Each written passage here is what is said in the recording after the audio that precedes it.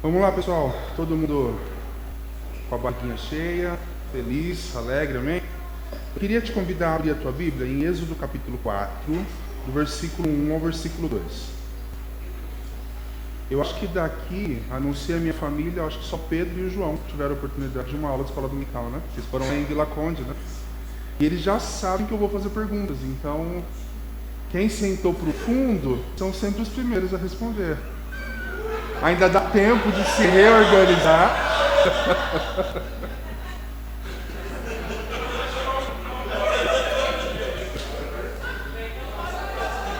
Pode perguntar, né?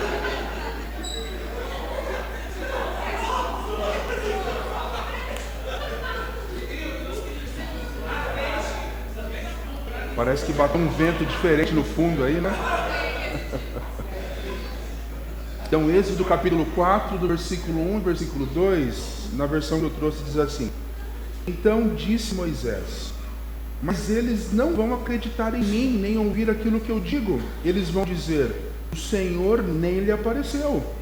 O Senhor lhe perguntou: O que você tem nas suas mãos? E ele respondeu: Um cajado. Bom, perguntinha para começar a esquentar as turbinas aí. Quantos anos Moisés tinha nesse momento em que ele é chamado para libertar o povo do Egito? Quanto?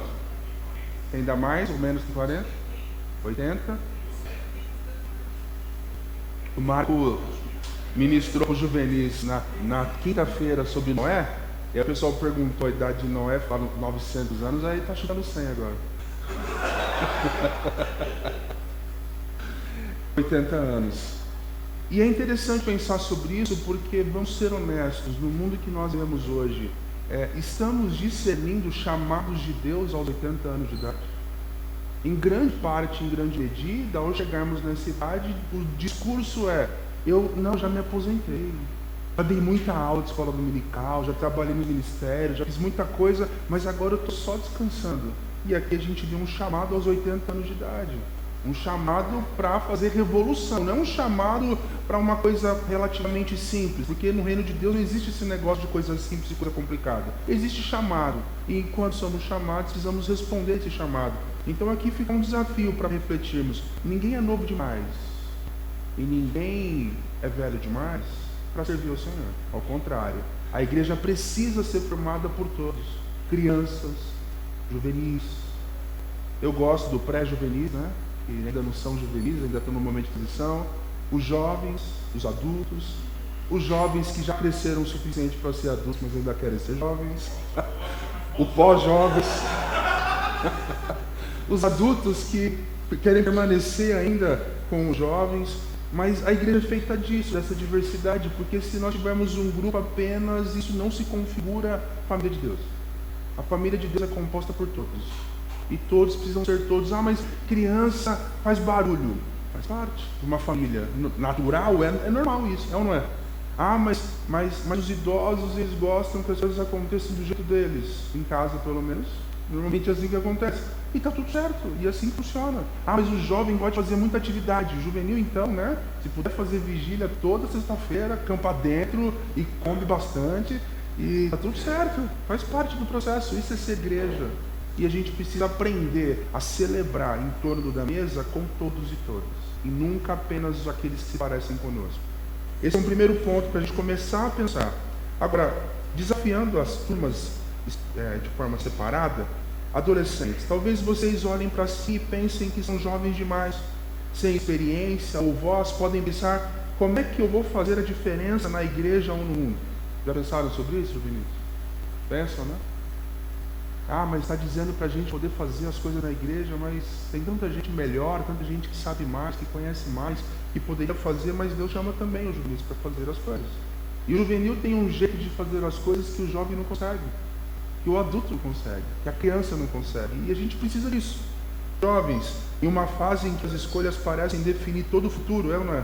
Aquilo que eu vou estudar, onde eu vou trabalhar, parece que eu não posso voltar atrás, tem que acertar de primeira em todas as coisas, porque se eu errar alguma coisa, minha vida vai toda por água abaixo. É comum a gente ficar inseguro até para escolher ministério na igreja, até para saber o que eu vou fazer, porque parece que se eu escolher alguma coisa, eu não posso escolher para depois, né? É uma escolha sem volta.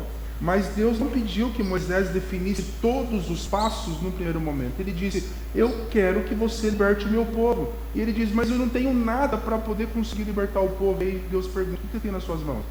Ele responde: um cajado. Então o grande desafio para nós hoje é reconhecer o que nós temos nas mãos, porque é com isso que Deus vai usar. Para ser bem sincero, Deus não precisa de mim e de você para nada. Entenda essa palavra.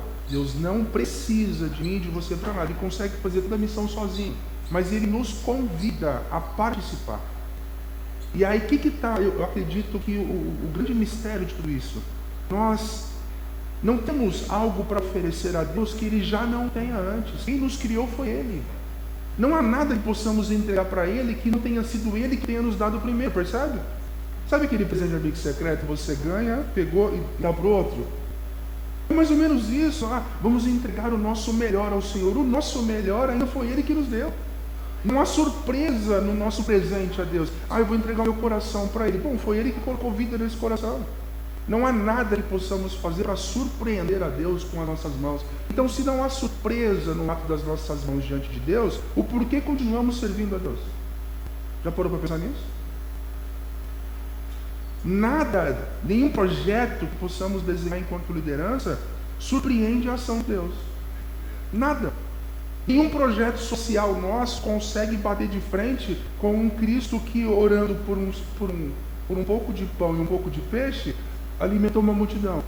Nenhuma arrecadação, Marco, nossa, consegue chegar perto daquilo que Jesus fez. Nada.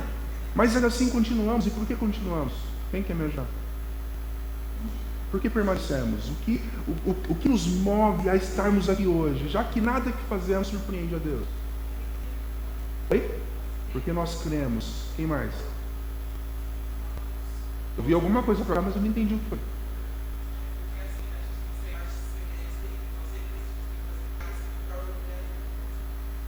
Amém. Mais alguém? Gratidão. Dependência. Mais alguém?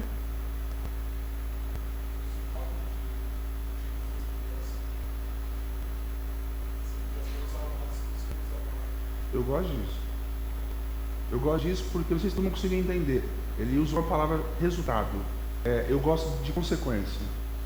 É natural que ao termos recebido algo que nos constrange a tamanha forma que nós, de alguma forma, possamos reagir a isso. O que nós fazemos para Deus precisa ser reação do que entendemos que Ele já fez por nós. Consegue entender? Nada do que fazemos é para conquistar um algo a mais. Ele já nos entregou tudo o que tinha. Não há novidade no sentido de uma obra maior do que o próprio Cristo, morto na cruz por nós e ressurreto depois, que Cristo possa nos entregar. Ainda que creiamos que Deus é capaz de fazer algo novo. Percebe? Sermão do domingo passado eu falei sobre algo novo. E hoje, spoiler, fôlego novo. Mas ainda assim, nada do que Deus possa fazer é maior no sentido de importância que o próprio sacrifício de Jesus. Ele já nos deu tudo quando ainda éramos inimigos dele. Ele não esperou, eu vou esperar que o Pedro e o Paulo se unissem comigo, pedissem perdão, se reconciliassem na mesa, para que assim eu pudesse entregar alguma coisa para eles. Não, ele nos entregou tudo o que ele tinha de melhor, quando ainda éramos inimigos dele. E a nossa única forma de corresponder a isso, em gratidão, é entregar tudo o que nós temos de volta. Agora, Deus não precisa de nada. Então nós temos que entregar tudo que nós temos uns para os outros. Percebe a diferença? E enquanto servimos uns aos outros, adoramos a Deus. E aqui fecha a conta. Se você canta, como é precioso, irmão, de olho fechado, com as mãos levantadas, não tem preciosidade nem irmão nessa história. Certo? Não dá para fechar os olhos e falar: Senhor, eu te adoro, te bendigo, e levantar as mãos e achar que a igreja, porque você fechou os olhos, virou um ambiente individual. Não, aqui é um ambiente coletivo. O ambiente individual é com a porta do quarto fechada. É só você e o teu pai. Agora na igreja é a família reunida. Aqui precisa acontecer uma expressão de coletividade. Eu já tive meu tempo sós com Deus em casa, então agora eu uno aquilo que eu tenho e aquilo que o meu irmão tem. O nosso café é prova disso. Foi chegando coisa, e o café já tinha começado e chegou mais coisa, e cada um foi trazendo aquilo que tinha e a gente compôs uma mesa. É isso. Eu acredito que ninguém trouxe nada obrigado. Teve lista? Alguém preencheu alguma lista? Teve lista, irmão? Teve. Cada um pegou o que tinha. Moisés pegou o seu cajado e foi. E nós pegamos o que nós temos e viemos e entregamos ao Senhor, e todos têm algo para oferecer. Ninguém é tão pequeno que não tenha algo para poder compartilhar, e ninguém é tão grande que não tenha algo para receber. Todos nós é que precisamos trabalhar e todos nós precisamos servir. Todos e todas. Amém? Seguindo, alguém quer perguntar, falar alguma coisa? Está claro? Está objetivo? Eu vou fomentar perguntas para vocês então. Primeira delas: o que hoje pode estar fazendo você subestimar o seu chamado? Está todo mundo aqui envolvido em algum ministério? Levanta a mão quem está envolvido em algum ministério. Agora então, os que não levantaram, levanta as mãos. Os que não estão envolvidos em algum ministério. Tirando aqueles que estão chegando agora, há algum motivo para que você subestime o seu chamado? Há alguma coisa que te trave, que te impede de assumir alguma coisa na igreja para fazer? Medo de não fazer correto. É uma ideia que nós temos de um pai que, se a gente faz errado, ele bate, né? Ele briga, ele põe de castigo no cantinho da disciplina, alguma coisa assim, mas o nosso Deus não é assim. De novo, Ele não chamou a mim e a você para fazer perfeito, porque para fazer perfeito Ele fazia sozinho. Ele te chamou para compartilhar de um momento. Lembra que eu falei domingo passado? Experiência. Deus quer caminhar com a gente. Segundo o Antigo Testamento, Ele é o Deus do caminho.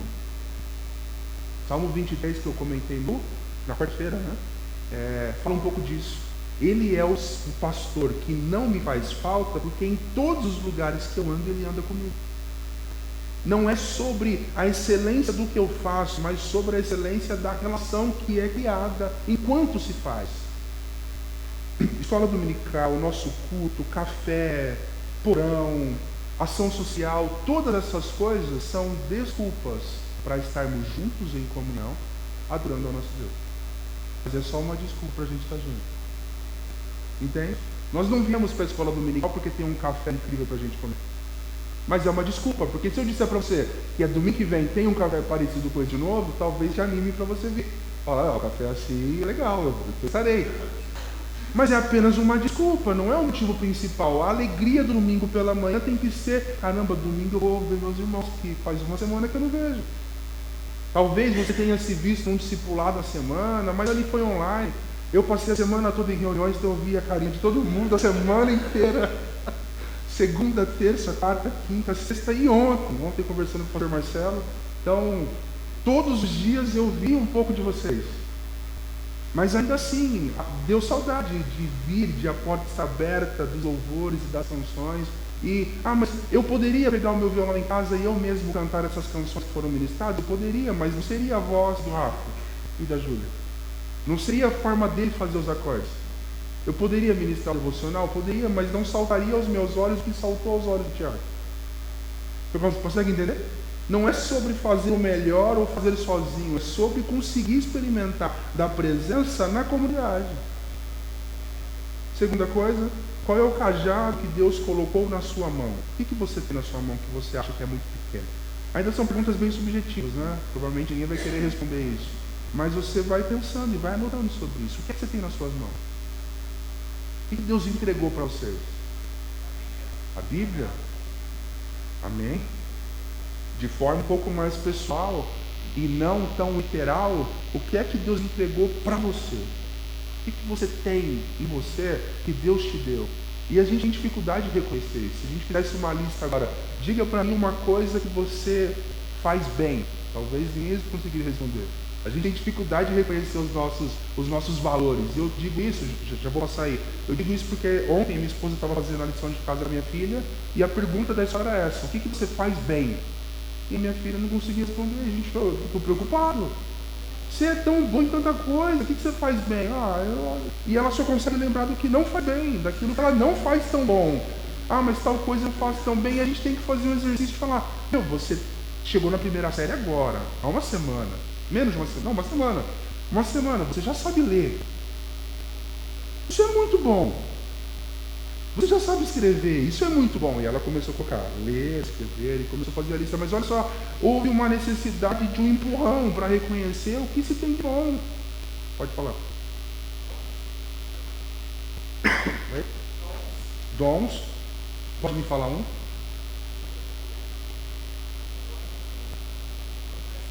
Dom do conhecimento. Ó, Marco, ele falou de Bíblia e dom de conhecimento. Anota.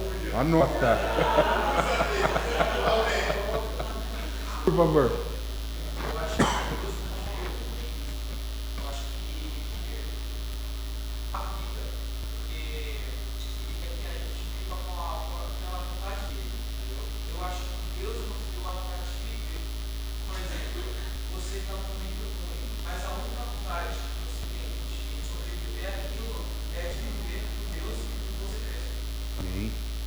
Fala bem, fala alto, anota, Marco, pelo amor de Deus.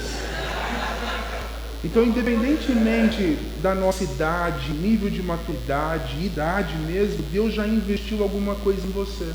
Quando nós pensamos em chamados, eu vou contar a minha experiência porque ela é minha, mas cada um tem a sua. E quando eu conto a minha, eu não quero que você se apegue na minha, mas você lembre da tua. Embora meus pais não tenham me contado naquele primeiro momento, e foi uma estratégia, aquilo que Deus os conduziu a fazer, mas depois que eu soube, que Deus falou para mim, aí fui questioná-los, e aí eles disseram, a gente já sabia, mas eles não quis te contar. Mas antes de eu nascer, eu já tinha me vocacionado e me chamado para o pastoreio. E aí eu te pergunto uma coisa, o que um bebê na barriga da mãe, ainda sendo formado e gerado, tem para oferecer? Diz para mim. O que o bebê na barriga de uma mãe tem para oferecer? Eu sei que causa muita alegria para a família, mas tem bastante trabalho também, não tem? Muita fralda para tocar, muito choro de madrugada, cólicas e tudo mais. Mas Deus já tinha me chamado. Que lógica é essa? Um Deus que olha para você ainda informe, é isso que Davi diz, né? Eu ainda estava informe, ou seja, não tinha forma. Vamos lembrar do Gênesis? Ainda estava um caos na barriga da minha mãe. Sem forma, vazio, estranho, mas Deus já tinha vocacionado para algo. Isso não causa um negócio de você? Isso não mexe com você? Deus não nos chama pela expectativa do que Ele ainda pode fazer. Ele chama pela realidade que Ele causa em você. O dom que vocês citaram foi Ele que deu. A fé para crer é Ele que dá. A vontade de viver que foi mencionado é Ele que dá. Não há nada que brote de nós mesmos por nossa própria capacidade, mas apenas da Deus. Consegue entender como isso é profundo e como isso é sério? Ele nos chamou porque Ele nos amou. E acabou. Não tem conversa. Ah não, mas ele, né, a sua presciência, vamos tentar criar uma teologia, né?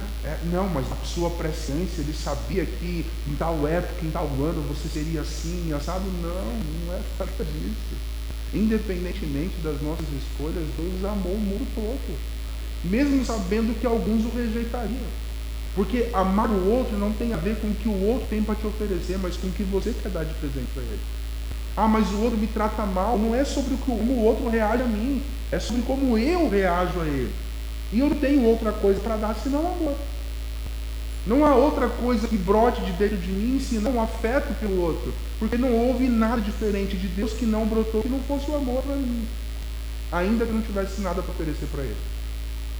E isso precisa nos chocar todas as vezes que nós ouvimos isso. Isso precisa nos constranger toda vez que nós ouvimos isso. Seguindo, e já para a gente chegar no ápice desse assunto, 1 Coríntios capítulo 12. Eu comecei no Antigo Testamento para vocês perceberem que esse não é um assunto exclusivo de algum testamento, mas é o resumo da Bíblia por completo. Então 1 Coríntios capítulo 12, versículo 12 e 14. 1 Coríntios 12, 12 a 14.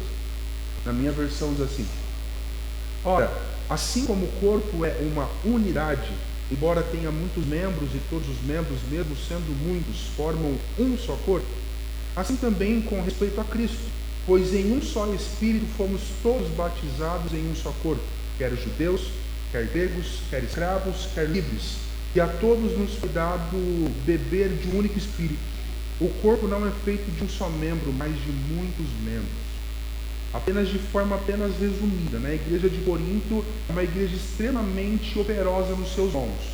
Quando nós falamos de dons e mistérios, nós sempre vamos acabar recorrendo, ou respingando, ou caindo na carta de Paulo aos Coríntios, porque era uma igreja que tinha muitos dons e muitos talentos. O problema deles, se resume em 1 Coríntios capítulo 13, era qual? 1 Coríntios 13, falta de amor.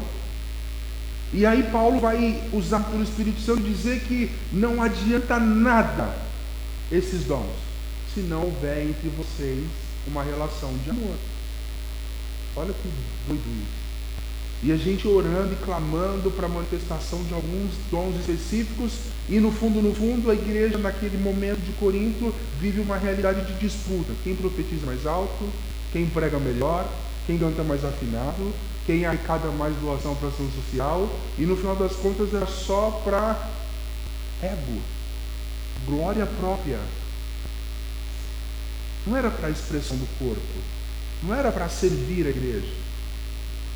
Talvez um ou outro falando assim, não, mas se é fulano que vai cantar, vamos imaginar uma igreja muito operosa nesse ministério, e aí daqui uns 6 meses, você vai chegar para mim e falar, nós temos 3 ministérios de louvor completos, né? E aí você vai dizer para mim assim, um vai ter que repetir, vai tocar 2 vezes por mês, e os outros 2 vai tocar uma vez só. E aí a sua escolha vai ser baseada em quem canta melhor e quem toca mais. Começa a perceber? Começa a entender? Faz sentido isso? Tem lógica isso? Olha, de verdade, eu prefiro que a gente, sei lá, coloque 2 guitarras, 2 violão, 2 baixos, 2 baterias, dá um jeito todo mundo tocar junto do que fazer isso.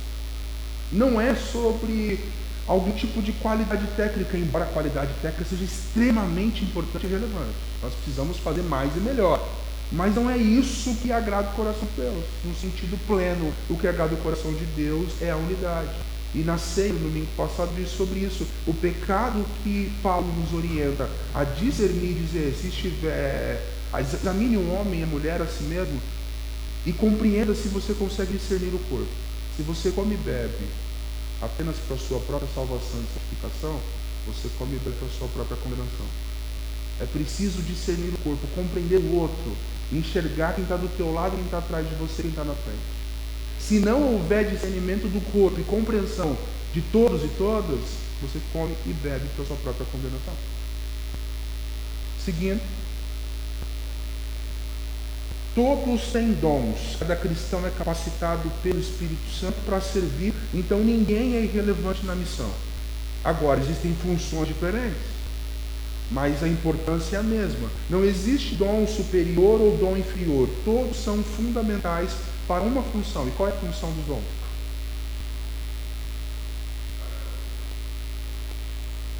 Quem mais?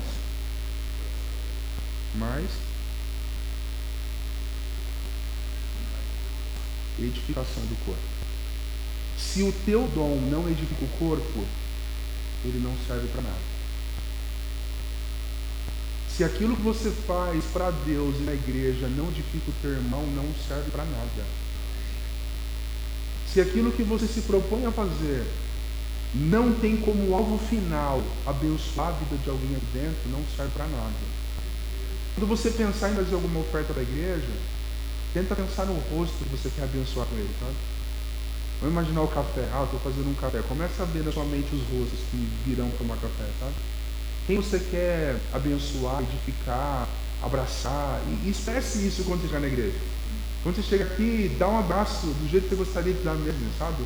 Tem pessoas que têm vergonha, então não se influencie pela vergonha do outro. Ao contrário, tome a iniciativa e rompa com esse espaço. Mas eu fui para dar um abraço, a pessoa veio para dar a mão. Abraço forte do mesmo jeito. Rompe com isso, aperta todo mundo. Dá uma renovada, né, no perfume, no desodorante e tal, mas faça isso, né? E haja expressão do nosso amor e carinho uns para com os outros. Então, os dons, na minha forma de definir, é amor em ação. Se Deus é amor e Ele derrama dons sobre a igreja, os dons é a única forma de expressarmos o amor que temos uns pelos outros. Então, o que você for fazer, Carol, na secretaria, por mais individual que seja esse trabalho, você tem que pensar nos irmãos e irmãs. Quando ela estiver preenchendo a planilha lá com os endereços e com todas as coisas, ela já está vendo a visita pastoral na casa das pessoas. E as pessoas ficando felizes com isso. Amém? Quando tiver, uma irmã me comentou comigo que veio essa semana para limpar os banheiros da igreja. Quando você vier, tiver vontade de fazer isso e estiver limpando, começa a imaginar que o irmão e irmã vai entrar no banheiro e vai poder desfrutar de uma experiência agradável, sabe? Começa a pensar nisso. Por outro lado, quando colocamos os nossos talentos e capacidades a serviço uns dos outros, manifestamos o amor de Deus de forma prática e poderosa, e aí a gente fecha com 1 Coríntios 13. Não precisa ler, sabe? Todo mundo lembra de 1 Coríntios 13? Amém. Então, que tipo de impacto você tem gerado com os dons que Deus lhe confiou? Segunda, sua vida reflete uma disposição em servir ao próximo com amor?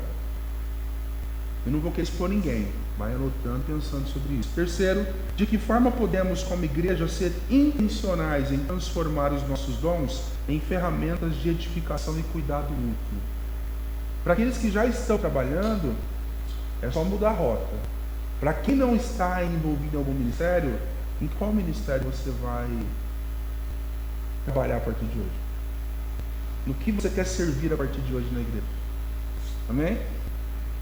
Ixi, o amém foi muito forte. Amém? Glória a Deus. Eu trouxe para vocês algo especial. Eu montei um teste vocacional. E montei um teste de temperamento. O Tiago vai colocar no grupo da igreja agora. Então todo mundo tem acesso ao WhatsApp aí? Tem? Se não tiver, a gente libera o Wi-Fi aí. Todo mundo acessa. Você vai receber 2 links. Quem tiver dificuldade para preencher, um jovem ou um adolescente que tem mais facilidade com a tecnologia, virá para auxiliar, para ajudar, para responder isso. Não são perguntas difíceis e nem de escrita. São perguntas de escolha de um número, de 0 a 3. O 0 é você não tem nenhuma afinidade com aquele assunto, e 3 o nível máximo de afinidade com aquele assunto. E eu vou receber todas essas respostas no meu e-mail, no mesmo momento que vocês responderem, e na semana vocês vão receber uma ligação minha te informando qual é o ministério que você pode servir.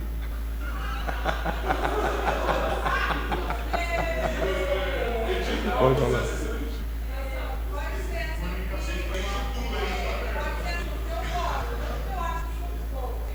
As perguntas não falam sobre ministérios. Eu fiz de uma forma que você vai receber, por exemplo, como você se identifica com acolhimento na porta, por exemplo. 0, não gosto. 1, um pouquinho. 2, mais. E 3, gosto muito. E aí eu já vou receber na minha planilha o nominho, e todas as informações de vocês e aonde vocês cabem dentro da igreja. Amém? Oi?